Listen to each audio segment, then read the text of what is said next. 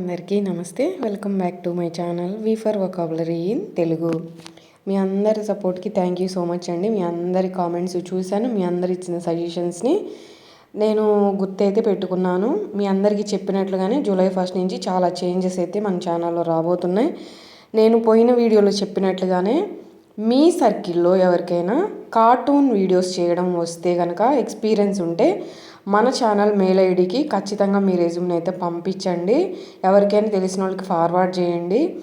ఇంకొకటి, ఈ video editing ఎవరైనా ఎక్స్పీరియన్స్ బాగా ఉండి బాగా చేయగలుగుతారు అంటే వాళ్ళు కూడా మీ రెజ్యూమ్ లేదా మీ వీడియోస్ని మన ఛానల్ మెయిల్ ఐడికి షేర్ చేయండి. సో ఇది చాలా ఇంపార్టెంట్ అండి. కొంచెం ఎవరికైనా ఫార్వర్డ్ చేయండి తెలిస్తే. సో ఇంకెందుకు లేటు, మనం ఈరోజు ఇంపార్టెంట్ టాపిక్ నేర్చేసుకుందాం.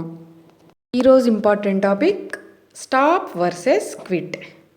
మనందరం కన్ఫ్యూజ్ అయ్యే పెయిర్స్లో ఇది కూడా ఒక పెయిర్ అండి. అసలు ఎక్కడ, ఎందుకు, ఎలా వాడాలి, వీటి పూర్తి మీనింగ్ ఏంది, ఏ సందర్భంలో వాడతాము అనేది ఫుల్ ఫ్లెడ్జ్డ్గా నేర్చుకుందాం. ఇంకెందుకు లేటు, సబ్జెక్ట్లోకి అయితే వెళ్ళిపోదాం. ఫస్ట్ స్టాప్ గురించి తెలుసుకుందాం. స్టాప్ అనగానే ఆపడం లేదా నిలిపివేయడం అని అర్థం అండి. కానీ ఇక్కడ మీరు గుర్తుపెట్టుకోవాల్సిన పాయింట్ ఏంటంటే ఇది టెంపరీగా అయినా ఉండొచ్చు లేదా పర్మనెంట్గా అయినా ఆగిపోయి ఉండొచ్చు. ఏంటి అనేది కన్ఫామ్గా చెప్పలేమన్నమాట స్టాప్లో.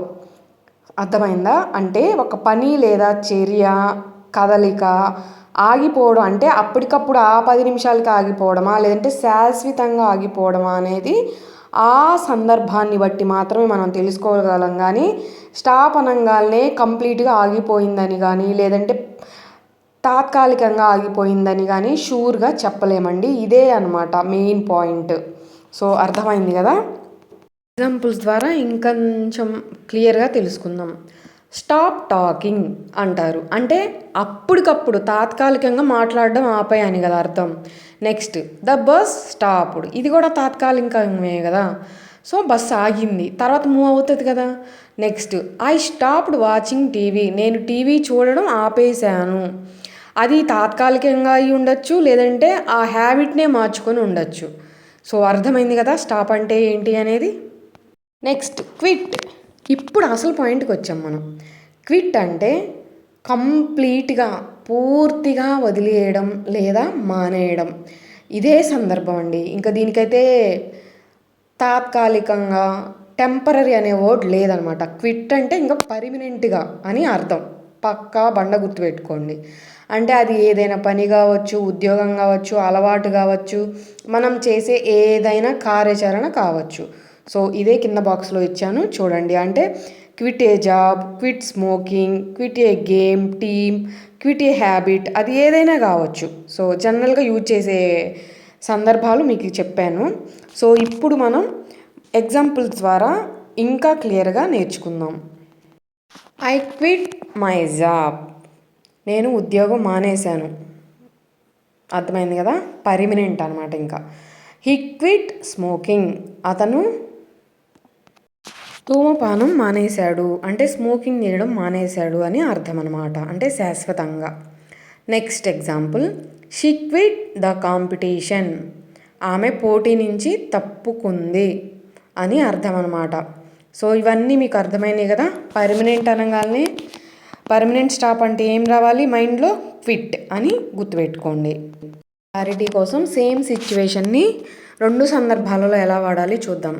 First example I stopped smoking today, నేను ఈరోజు ఈ ఒక్కరోజు పొగ తాగడం ఆపాను, అంతేగాని శాశ్వతంగా ఆపలేదు. So next I quit smoking, నేను పొగ తాగడం పూర్తిగా మానేశాను. ఇప్పుడు మీకు క్లియర్గా అర్థమైంది కదా స్టాప్ ఎక్కడ వాడాలి, క్విట్ అనేది ఎక్కడ వాడాలి అనేది. ఒక చిన్న మెమొరీ ట్రిక్ చెప్తానండి. స్టాప్ అనగానే పాజ్, అంతే. మనం మళ్ళీ పాజ్ తీసేయగానే ఏమవుతుంది, అది మళ్ళీ స్టార్ట్ అవుతుంది కదా. అదైనా కావచ్చు, ఆ యాక్షన్ని ఆపడమైనా అని చెప్పచ్చు అనమాట. నెక్స్ట్ క్విట్ అంటే లీవ్ కంప్లీట్లీ, అంటే కంప్లీట్గా ఆపేయడం అని అర్థం. ఓకేనా? ఈ 2 వర్డ్స్ యొక్కవి 3 ఫామ్స్ కావాలి అంటే ఈ టేబుల్ని స్క్రీన్ షాట్ తీసుకోండి. Stop stop stop, quit quit quit. So నేను ఈరోజు మీకు ఇవ్వబోయే ఛాలెంజ్ ఎంతమంది వీడియో కరెక్ట్గా చూసిన వాళ్ళే ఆన్సర్ చేస్తారండి. ఎంతమంది కరెక్ట్గా ఆన్సర్ చేస్తారో నెక్స్ట్ వీడియోలో నేను అనౌన్స్ చేస్తాను. First challenge, after 10 years he fill in the blank smoking. కింద 2 ఆప్షన్స్లో ఏది కరెక్టో చెప్పండి. Next challenge, the bus suddenly fill in the blank. కింద 2 ఆప్షన్స్లో ఏది కరెక్టో చెప్పండి. సో మీకైతే సబ్జెక్ట్ అయితే క్లియర్గా అర్థమైంది, ఇంకెలాంటి డౌట్స్ లేవనుకుంటున్నాను.